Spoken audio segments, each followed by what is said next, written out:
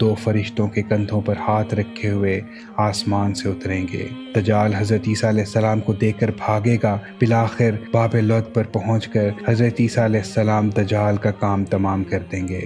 اس وقت روئے زمین پر کوئی بھی کافر نہیں بچے گا، سب مسلمان ہوں گے۔ جب حضرت امام مہدی کا انتقال ہوگا تب ان کی عمر 45، 48 یا 49 سال ہوگی۔ حضرت عیسیٰ علیہ السلام ان کی نماز جنازہ پڑھائیں گے۔ بیت اللہ مقدس میں ان کا انتقال ہوگا اور وہ وہیں دفن ہوں گے۔ قیامت کی دوسری بڑی نشانی خروج دجال ہے۔ دجال یہودی ہوگا، وہ خدائی کا دعویٰ کرے گا۔ اس کی دونوں آنکھوں کے درمیان کافر لکھا ہوگا۔ دائیں آنکھ سے کانا ہوگا، دائیں آنکھ کی جگہ انگور کی طرح ابھرا ہوا دانا ہوگا۔ زمین پر اس کا قیام 40 دن ہوگا۔ وہ لوگوں کو قتل کر کے زندہ کرے گا۔ وہ آسمان کو حکم کرے گا، آسمان بارش برسائے گا۔ وہ زمین کو حکم کرے گا، زمین غلہ اگائے گی۔ وہ ایک ویرانے سے گزرے گا اور اسے کہے گا اپنے خزانے نکال۔ زمین اپنے سارے خزانے باہر نکال دے گی اور پھر خزانے شہد کی مکھیوں کی طرح اس کے پیچھے پیچھے چلیں گے۔ آخر میں ایک شخص کو قتل کرے گا، پھر زندہ کرے گا۔ اس کے بعد دوبارہ قتل کرنے کی کوشش کرے گا مگر قتل نہیں کر پائے گا۔ دجال پوری زمین کا چکر لگائے گا۔ کوئی شہر ایسا نہیں ہوگا جہاں دجال نہیں جائے گا سوائے مکہ مکرمہ اور مدینہ منورہ کے، کیونکہ ان دونوں شہروں میں فرشتوں کا پہرا ہوگا۔ اس وجہ سے وہ وہاں داخل نہیں ہو سکے گا۔ دجال کا فتنہ تاریخ انسانیت کا سب سے بڑا فتنہ ہوگا۔ قیامت کی علامات میں سے تیسری بڑی علامت حضرت عیسیٰ علیہ السلام کا آسمانوں سے نزول ہے اور اس کے ساتھ ساتھ دجال کو قتل کرنا بھی ہے۔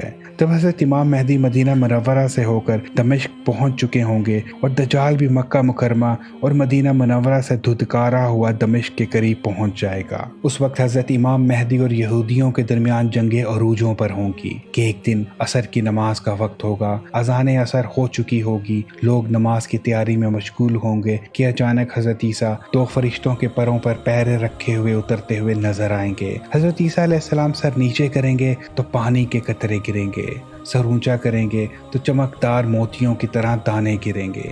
دمشق کی جامع مسجد کے سفید مینار پر اتریں گے اور وہاں سے سیڑھی کے ذریعے نیچے اتریں گے۔ حضرت عیسیٰ علیہ السلام عدل و انصاف قائم کریں گے، عیسائیوں کی صلیب بھی توڑ دیں گے۔ صلیب توڑنے کا مطلب یہ ہے کہ عیسائیوں کا عقیدہ صلیب کو غلط قرار دیں گے، خنزیر کو قتل کریں گے اور جزیہ بھی ختم کر دیں گے۔ یہودیوں دجال کو قتل کریں گے، باب لد پر دجال کو قتل کریں گے۔ مال کی فراوانی اتنی ہو جائے گی کہ کوئی بھی اسے قبول نہیں کرے گا۔ حضرت امام مہدی کے انتقال کے بعد تمام امور حضرت عیسیٰ علیہ السلام سنبھالیں گے۔ آسمانوں سے اترنے کے بعد بھی حضرت عیسیٰ علیہ السلام نبی ہی ہوں گے، کیونکہ نبی منصب نبوت سے کبھی معزول نہیں ہوتا، لیکن اس وقت امت محمدیہ کے تابع اور ایک عادل حکمران ہوں گے۔ دجال کو قتل کرنے کے بعد حضرت عیسیٰ مسلمانوں کے احوال کی اصلاح فرمائیں گے۔ اللہ تعالیٰ کے حکم سے انہیں کوہ طور پر لے جائیں گے۔ 40 یا 45 سال کے بعد ان کی وفات ہوگی۔ اس دوران نکاح بھی کریں گے اور ان کی اولاد بھی ہوگی۔ حضرت عیسیٰ علیہ السلام کا انتقال مدینہ منورہ میں ہوگا اور وہ حضور اکرم حضرت محمد صلی اللہ علیہ وسلم کے روضہ مبارک میں دفن ہوں گے۔ آپ کے بعد قحطان قبیلے کا ایک شخص حاکم بنے گا اور ان کے بعد کئی نیک اور عادل حکمران آئیں گے۔ پھر آہستہ آہستہ نیکی کم ہونا شروع ہو جائے گی اور برائی بڑھنے لگے گی۔ امام مہدی کے بعد تمام انتظامات حضرت عیسیٰ علیہ السلام کے ہاتھ میں ہوں گے۔ وہ نہایت سکون اور اطمینان کی زندگی بسر کر رہے ہوں گے کہ اللہ تعالیٰ حضرت عیسیٰ علیہ السلام پر وحی نازل فرمائیں گے، کہیں گے کہ ایک ایسی قوم میں نکالنے والا ہوں جس کے ساتھ کسی کو مقابلہ کرنے کی طاقت نہ ہوگی۔ آپ میرے بندوں کو کوہ طور پر لے جائیں۔ اس قوم سے مراد یاجوج مجوج کی قوم ہے۔ یاجوج مجوج کا ذکر قرآن مجید میں بھی ہے۔ یہ قوم جانس بن نوح کی اولاد میں سے ہے۔ اس قوم کی پہلی جماعت بحیرہ تبریہ کے اوپر سے گزرے گی تو اس کا سارا پانی پی جائے گی۔ جب دوسری جماعت گزرے گی تو کہے گی کہ یہاں پہلے کبھی پانی موجود تھا۔ یاجوج مجوج کی وجہ سے مسلمان بہت تکلیف میں ہوں گے۔ کھانے کی قلت کا یہ عالم ہوگا کہ بیل کا سر 100 دینار میں بھی بہتر سمجھا جائے گا۔ حضرت عیسیٰ علیہ السلام یاجوج مجوج کے لیے بد دعا کریں گے۔ اللہ تعالیٰ ان کی گردنوں میں ایک بیماری پیدا کر دیں گے جس سے یہ سارے مر جائیں گے اور زمین بدبودار تعفن سے بھر جائے گی۔ حضرت عیسیٰ کی دعا سے اللہ تعالیٰ بڑے بڑے پرندوں کو بھیجیں گے جو ان کو اٹھا کر جہاں اللہ تعالیٰ کہیں گے پھینک دیں گے۔ پھر موسلا دھار بارش ہوگی جو ہر جگہ کو دھو دے گی اور بدبو ختم ہو جائے گی۔ قیامت کی بڑی علامتوں میں سے ایک علامت سورج کا مغرب سے طلوع ہونا بھی ہے۔ قرآن کریم اور احادیث میں اس کا ذکر موجود ہے۔ دھوئیں کے ظاہر ہونے اور زمین کے دھنس جانے کے بعد ذی الحجہ کے مہینے میں 10 ذی الحجہ کے دن اچانک ایک رات بہت لمبی ہوگی۔ لوگوں کا دل گھبرا کر بے قرار ہو جائیں گے، بچے سو سو کر اکتا جائیں گے، جانور باہر کھیتوں میں جانے کے لیے چلانے لگیں گے، تمام لوگ ڈر اور گھبراہٹ سے بے قرار ہو جائیں گے۔ جب 3 راتوں کے برابر وہ رات ہو جائے گی تو سورج ہلکی سی روشنی کے ساتھ مغرب سے طلوع ہوگا اور سورج کی حالت ایسی ہوگی جیسے اس کو گرہن لگا ہوا ہو۔ اس وقت توبہ کا دروازہ بند کر دیا جائے گا۔ سورج آہستہ آہستہ اونچا ہوتا جائے گا۔ جب اتنا اونچا ہو جائے گا جتنا دوپہر سے کچھ دیر پہلے ہوتا ہے تو واپس مغرب کی طرف غروب ہونا شروع ہو جائے گا اور معمول کے مطابق غروب ہو جائے گا۔ پھر حسب معمول طلوع اور غروب ہوتا رہے گا۔ مغرب سے سورج طلوع ہونے کے 120 سال کے بعد قیامت کے لیے سور پھونکا جائے گا۔ قیامت کی بڑی نشانیوں میں سے ایک نشانی دابتہ ارض کا زمین سے نکلنا ہے۔ مغرب سے سورج کے طلوع ہونے کے واقعے کے کچھ ہی روز بعد مکہ مکرمہ میں موجود پہاڑ صفا پھٹے گا اور اس میں سے ایک عجیب و غریب جانور نکلے گا جو لوگوں سے باتیں کرے گا۔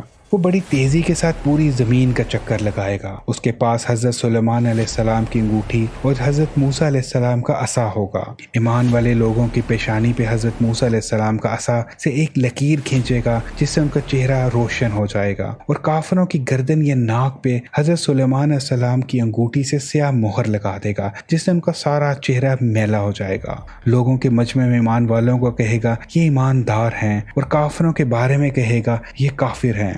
اس کے بعد وہ غائب ہو جائے گا۔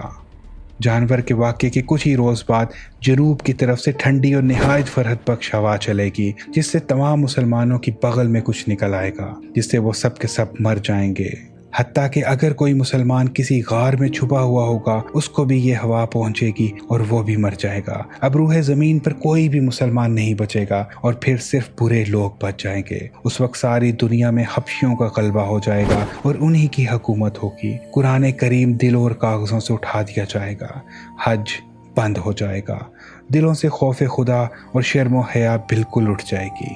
لوگ سرعام بے حیائی کریں گے، بیت اللہ شریف کو شہید کر دیا جائے گا۔ حبشہ کا رہنے والا چھوٹا پنڈلیوں والا ایک شخص بیت اللہ شریف کو گرائے گا۔ قیامت کی بڑی علامتوں میں سے آخری علامت آگ کا نکلنا ہے۔ قیامت کا سور پھونکے جانے سے پہلے بت پرستی اور کفر پھیل جائے گا۔ اللہ تعالیٰ کی طرف سے لوگوں کا شام میں جمع ہونے کے اسباب پیدا ہوں گے۔ شام کے حالات اچھے ہوں گے، لوگ وہاں جمع ہونا شروع ہو جائیں گے۔ پھر یمن سے ایک آگ نکلے گی جو لوگوں کو شام کی طرف ہانکے گی۔ جب سب لوگ ملک شام میں پہنچ جائیں گے تو یہ آگ غائب ہو جائے گی۔ اس کے بعد عیش و آرام کا زمانہ آئے گا، لوگ مزے سے زندگی بسر کر رہے ہوں گے۔ کچھ عرصہ ایسی حالت میں گزرے گا کہ اچانک قیامت قائم ہو جائے گی۔ محرم کی 10 تاریخ ہوگی، جمعے کا دن ہوگا، لوگ اپنے اپنے کاموں میں لگے ہوں گے کہ اچانک قیامت قائم ہو جائے گی۔ 2 آدمیوں نے کپڑا پھیلا رکھا ہوگا اور اس کو سمیٹ نہ سکیں گے۔ ایک شخص اپنی اونٹنی کا دودھ لے کر جائے گا اور اسے پی نہیں سکے گا کہ اچانک قیامت قائم ہو جائے گی۔ ایک شخص نے نوالا اپنے منہ کی طرف اٹھایا ہوگا اور اسے منہ میں ڈال نہیں سکے گا کہ اچانک قیامت قائم ہو جائے گی۔ قیامت حضرت اسرافیل کے سور پھونکنے سے برپا ہوگی، جس کی آواز بہت ہلکی اور پھر اتنی ہیبت ناک ہوگی کہ اس سے سب جاندار مر جائیں گے۔ زمین اور آسمان پھٹ جائیں گے، ہر چیز ٹوٹ پھوٹ پر کر فنا ہو جائے گی، اور اس کے 40 سال بعد حضرت اسرافیل دوبارہ سور پھونکیں گے جس سے سب زندہ ہو کے میدان محشر میں جمع ہونا شروع ہو جائیں گے۔ قیامت سور حضرت اسرافیل کی اس خوفناک آواز کا نام ہے جس سے پوری کائنات میں زلزلہ آ جائے گا۔ اس زلزلہ کے ابتدائی جھٹکوں سے ہی دودھ پلانے والی مائیں دودھ پیتے بچوں کو بھول جائیں گی اور زلزلے کی شدت دم بدم بڑھتی جائے گی، جس سے تمام انسان اور جانور مرنا شروع ہو جائیں گے، یہاں تک کہ زمین و آسمان میں کوئی جاندار زندہ نہیں بچے گا۔ زمین پھٹے گی، پہاڑ روئی کی طرح اڑتے پھریں گے، ستارے اور سیارے ٹوٹ ٹوٹ کر گریں گے اور پوری کائنات موت کے آغوش میں چلی جائے گی۔ اس عظیم دن کی خبر تمام انبیاء کرام اپنی اپنی امتوں کو دیتے چلے آئے ہیں۔ دوستو اس ویڈیو کو لائک، شیئر اور کامنٹ کرنا نہ بھولیے گا۔ اپنا بے حد خیال رکھیے گا۔ نیکسٹ ویڈیو تک کے لیے اللہ حافظ۔ دیکھتے رہیے وزڈم 1۔